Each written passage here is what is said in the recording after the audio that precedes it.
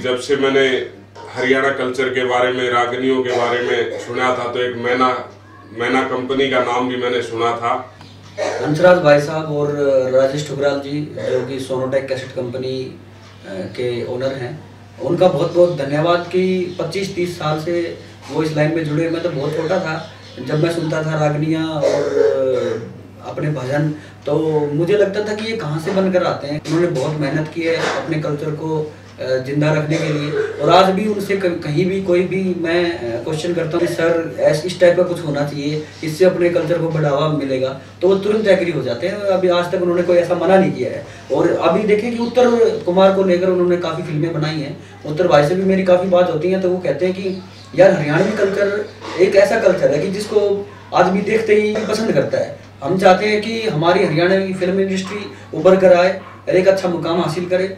सोनोटेक से एक फक्कड़ फिल्म आ रही है, तो आप सभी उस फिल्म को देखें जाकर सिनेमा घर में, और बहुत बड़ा योगदान दें हरियाणवी फिल्म इंडस्ट्री को ऊपर उठाने में। जैसे मैंने सुना है कि आप फिल्म कर रहे हैं, तो फिल्म में आप क्या चीज ऐसी दिखाएंगे जिससे दर्शक थिएटर तक खींचे आएंगे? देखिए, मेरी कोशिश रहेगी कि मैं हर वो मसाला फिल्म के अंदर डालूं जो दर्शक पसंद करते हैं। मैंने भी थिएटर में काफ़ी फिल्में देखी हैं, मुझे भी पता है कि किस किस बात पे थिएटर के अंदर हुटिंग होती है, तो उन सब बातों का ध्यान रखूंगा। मैं मसालेदार फिल्म बनाऊंगा। फिल्म के अंदर फाइट भी होगी, आज के हिसाब की फाइट होगी।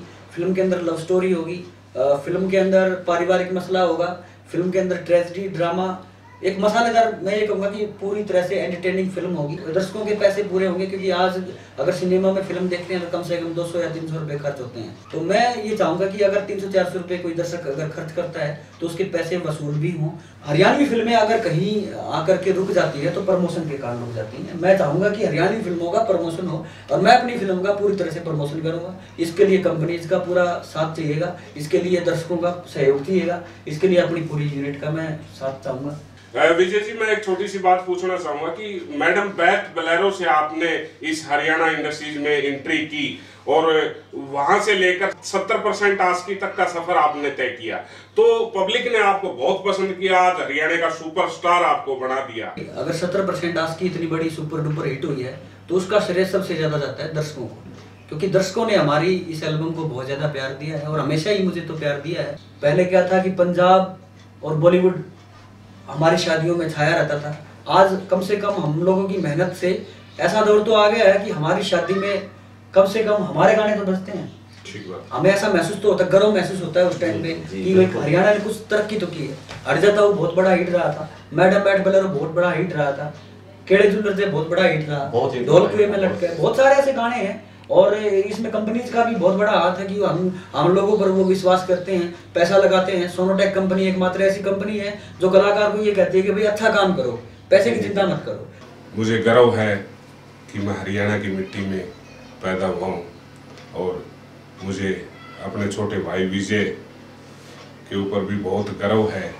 विजय भाई जो है कमाल आर्टिस्ट ही नहीं, एक बेहतरीन निर्देशक भी है, एक अच्छे डायरेक्टर, अच्छे एडिटर, अच्छे आर्टिस्ट, और अब तो एक अच्छे सिंगर भी बन गए। He is the perfectionist, he is just like Aamir Khan.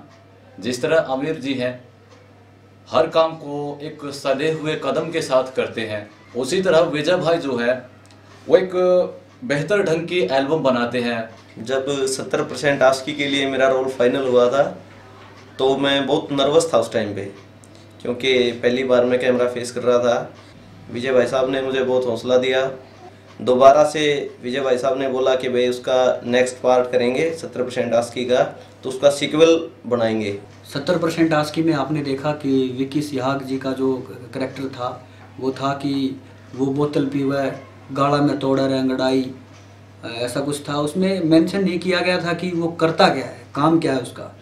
Shirdi दिमाग है, सब कुछ है, दबंग इंसान है। तो हमने आइडिया लिया वहाँ से कि ऐसा इंसान पुलिस वाला भी हो सकता है।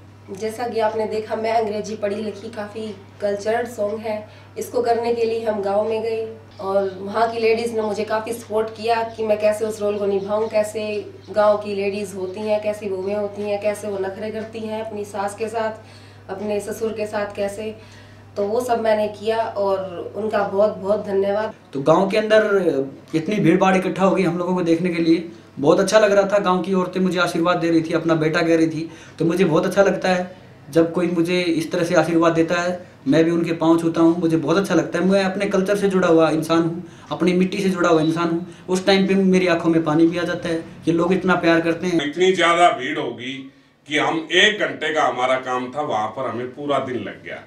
एक अच्छी चीज़ बनी है, बाकी तो सब आपको ही फाइनल करना है, आप देखेंगे। बस आपका प्यार, जैसे 70% आस्की में जो आपने प्यार दिया है वही प्यार हमें मिलता रहे, क्योंकि उससे हमारा भी हौसला बढ़ता है।